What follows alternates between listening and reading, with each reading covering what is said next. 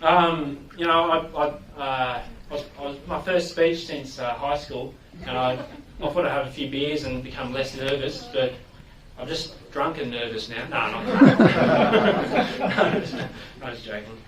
Okay, well, I'll just start. I'd just like to acknowledge the traditional custodians of the land on which we meet today and pay respects to elders past, present, and extend my respect to the Aboriginal or Torres Strait Islanders in this room today. So thanks everyone for coming along to the screening of To Kid or Not to Kid. I'm Daniel. I'm on the committee for Sustainable Population, the Victorian and Tasmanian branch. And just a quick thanks to Cinema Nova's staff, and make sure you get out and support cinemas in these sort of difficult times where movies aren't running as often. So Sustainable Population Australia is a non-partisan special advocacy group that seeks to establish an ecological, sustainable human population. It works on many fronts to encourage and inform public debate of how Australia and the world can achieve an ecological, socially and economically sustainable population. The reason SPA has gotten behind the screening of this film and to partner with Maxine Trump, the director, is that it's part of our Stop at 2 campaign. So according to childrenbychoice.org.au, 51% of pregnancies are unplanned in Australia. 56% of those unplanned pregnancies are continued. Worldwide, there is 225 million women who have an unmet need for contraception. This could be due to poverty, cultural or societal issues. The Project Drawdown, educated and empowered women with access to family planning have smaller families on average.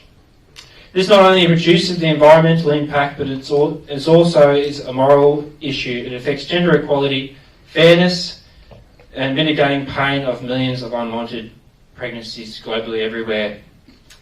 So this is why SPA has launched our Stop at 2 campaign to encourage smaller families. And often conservative views see a woman as not being complete without being a mother as another barrier.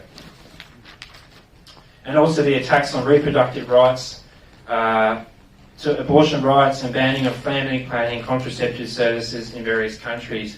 I don't know if anyone's seen the film The Vasectomist. It's another documentary in the Philippines. They were doing free vasectomies for males, and the Catholic Church removed one of the billboards as it was against their religion. So anyway, without further ado, sit back, relax, and enjoy the film. We'll have a short Q&A at the end of the film for any questions related to Sustainable Population Australia or reproductive health matters with Dr. Graham Denniston. Enjoy the film. Thanks, guys.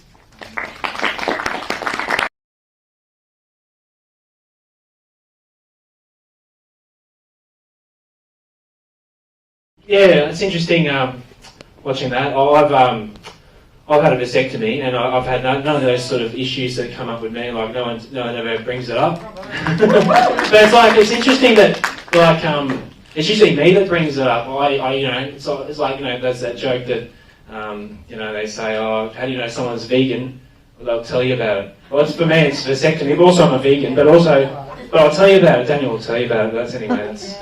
So it's usually me that brings it up, not anyone. No one ever asked me about it really. And when I went to get my vasectomy done, the doctor never asked any questions about, do you ever want to have children? They just said, yeah, go for it, and paid my fee, and good to go. So it just goes to show how different different parts of the world. Even if you listen to the Post Growth podcast, which is Sustainable Populations podcast, well, Michael Bayliss, our communication managers, he interviewed a Ugandan journalist, and she said that the ladies will go out and get long-term contraceptives, and then and the husbands of some of these ladies will demand that the doctors remove it, so they want to produce more children, that sort of thing. So it's just interesting in different parts of the world how privileged I am here in Australia, especially with good parents. I've got good parents to support my decision.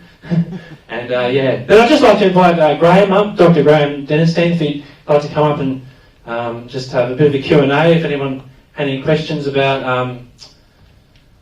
About reproductive health or sustainable population Australia? Yeah. That one's working, Graham, if you like. And can you hear me without it? Oh, do you want to? Yeah. It's all right. Oh, good one. My wife says I speak too loudly. Yes, well, that was an interesting film. It's got, I'm speaking as someone who's been an obstetrician and gynaecologist for over half a century, delivered several thousand babies, but all. At the end of the day, it's a couple's choice.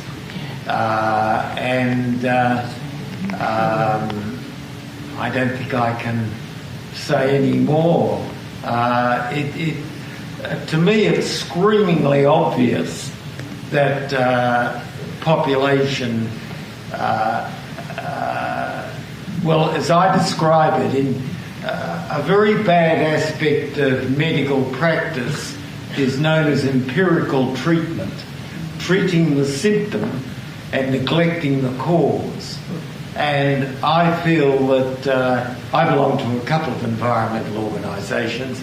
I've been a greenie since my youth, and I am critical of my other environmental organisations because I believe they're treating the symptom, environmental degradation, and neglecting the cause, overpopulation. And I don't see myself ever giving up exhorting them to please get the politicians to do something about it. Migration and our overseas aid for family planning clinics. Yeah. Conservative governments get in, they withdraw foreign aid from family planning type organisations. Same with John Howard, he did the same thing. He withdrew a lot of family planning aid because of the abortion type thing, and comes back to that religious control over politicians. Yeah. But yeah, any oh, sorry, Graham, is anyone else? No, I was just saying what you said's correct. Oh, yeah. For sure. Any other questions, guys? Yeah. I wonder if you could comment on the availability and effectiveness of male contraceptive treatments? Male contraception is behind female contraception for a lot of reasons. It's actually easier to turn off ovulation than spermatogenesis.